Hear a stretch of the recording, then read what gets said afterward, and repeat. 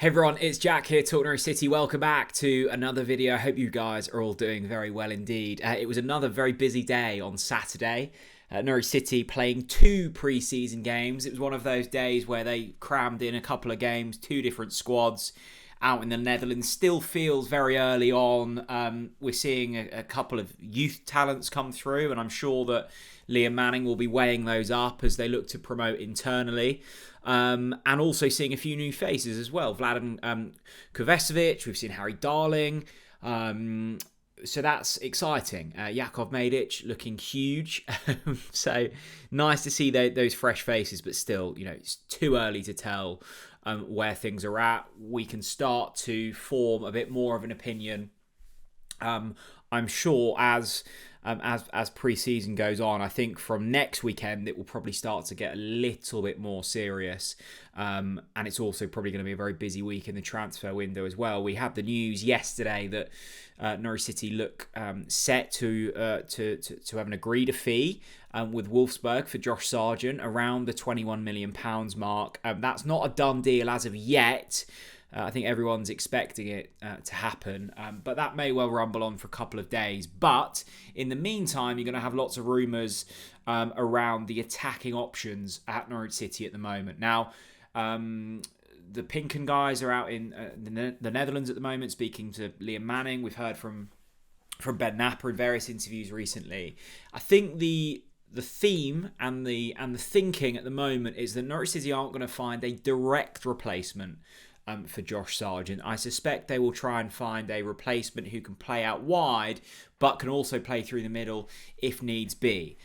We have, of course, signed Matthias Kvistgaarden. We have got Ante Sienats on the books, two players that will prefer to play through the middle. But what happens then is you're pretty, light out wide. You've lost Borja Sainz. You've lost Onel Hernandez, who can play out on the wing. You've lost Dobbin, who can play out on the wing.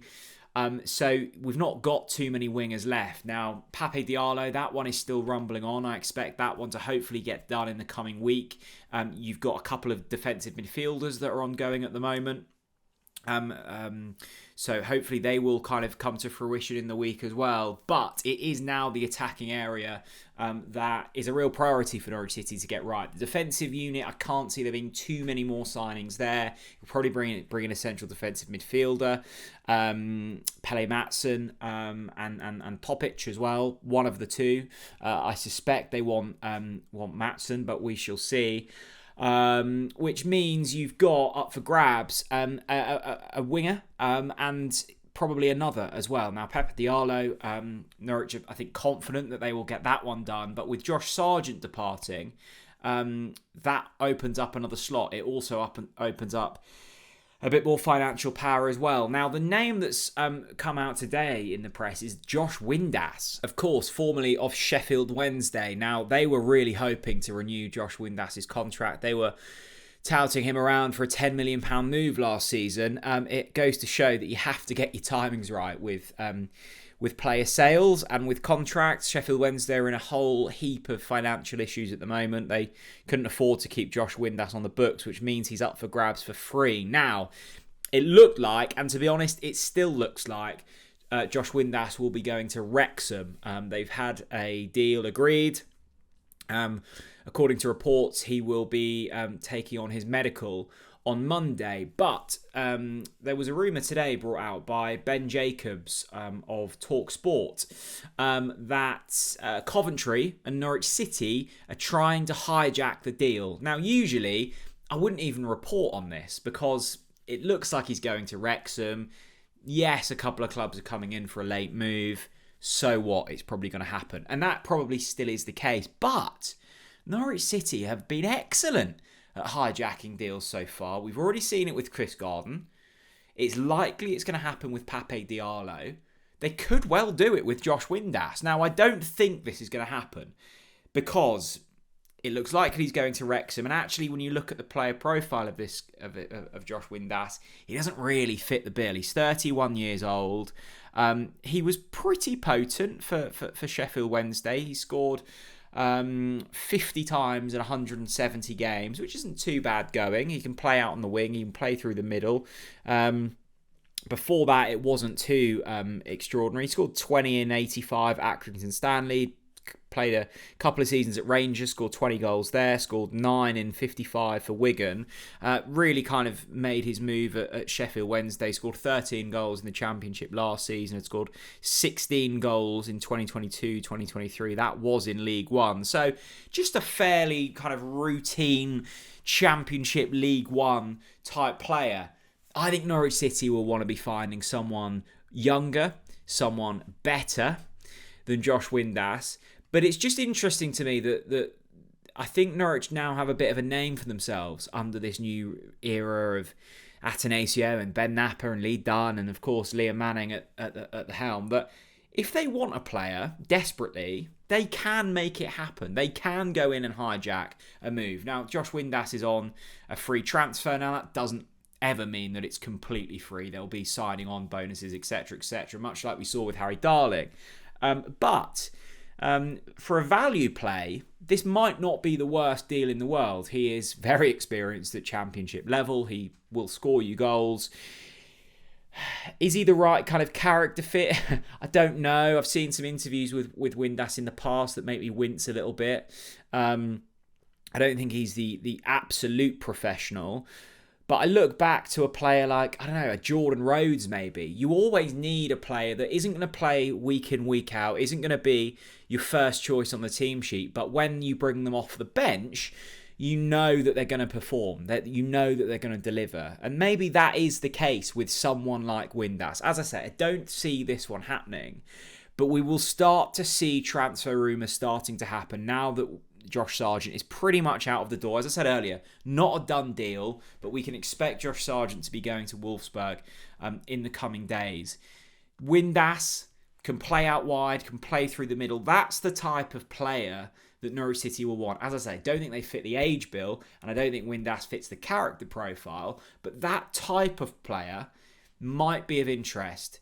It's interesting that they've said they don't want a direct replacement for Josh Sargent, because I think they see Cianats and Chris Gardner as being the two that play through the middle. You've got Mate Jurisic, who can play on one side, and you've got Pape Diallo, if they do get the signature of him, who can play on the other side. But you're pretty much out then in terms of options in that attacking area. Now, I'm sure Norwich will want to try and find a young player that can break through this season in the attacking areas. Manning made it very clear in his chat with the kind of public earlier on this week that his first option and his first port of call is always to promote internally at the football club. But there is pressure on his shoulders, on Napper's shoulders, on the Atanasio shoulders to try and push this club forwards. And you kind of want someone proven. Yes, of course, if injuries happen, then look to the kind of younger players. You've got the likes of Elliot Miles, Oscar Schwartau, probably going to be playing slightly more central. Don't really see him as a winger. We saw Gabe Forsyth play a couple of times last season, but kind of has injury concerns of his own. Fortuna Mankwa can play out wide and scored in one of the pre-season games yesterday. So, you do have a few options, but I think Norwich need a couple more in terms of proven, out-and-out wingers that can play through the middle, that when, asked upon to come on, they will deliver. You look at all of the successful Norwich City promotion campaigns in the recent kind of decade or so. There's always been almost too many options in that front line. You've Gary Hooper, Cameron Jerome, Lewis Graben. You go further back, Simeon Jackson, Grant Holt, Chris Martin, Jordan Rhodes, Timu Pukki, players that you've got the options if you need to kind of look to the bench. And Norwich need that this season, because last season didn't have enough options. Season before that didn't have enough options. It's better to go into battle with the options, and with the options where they're not going to necessarily kick off if they're not on the starting 11. That's why I loved Jordan Rhodes' cameos for Norwich City. He was happy with his bit part place in the squad, but when he was asked, he delivered, and that was key. Josh Windass being linked, I suspect it might be a little agent play to try and get a little bit more money out of Wrexham, try and get some demand around him. I think he'll probably end up at Wrexham, but don't underestimate Norwich City's ability to hijack a transfer deal. Josh Windass, the latest to be linked with Norwich City. Can't see this one happening. Famous last words. I think Wrexham have got hold of him. Also, a massive thank you to Match Bingo for sponsoring today's video. They are football, they are bingo, linked into one brilliant app. They've got all of the Women's Euros coverage, which has been brilliant. How good was that Lionesses game the other night? Against Sweden, penalty shootout success, which was absolutely brilliant. I was following along with Match Bingo, which made it even more fun. If you use the link in the description or the QR code on screen, you can get 5 cards for the price of 4 at just £2 a go. It's cheap, it's entertaining, it's great fun. It's Match Bingo, it's 18 plus, it's Be Gamble Aware. Links in the description. A big thanks to them as always. So, Josh Windass, let me know what you think down in the comment section below. I think we'll get a pretty mixed response to this one. But I think this is going to be a busy week. Marko Topic, you've got Pele Matson, you've got Pape Diallo. Who knows?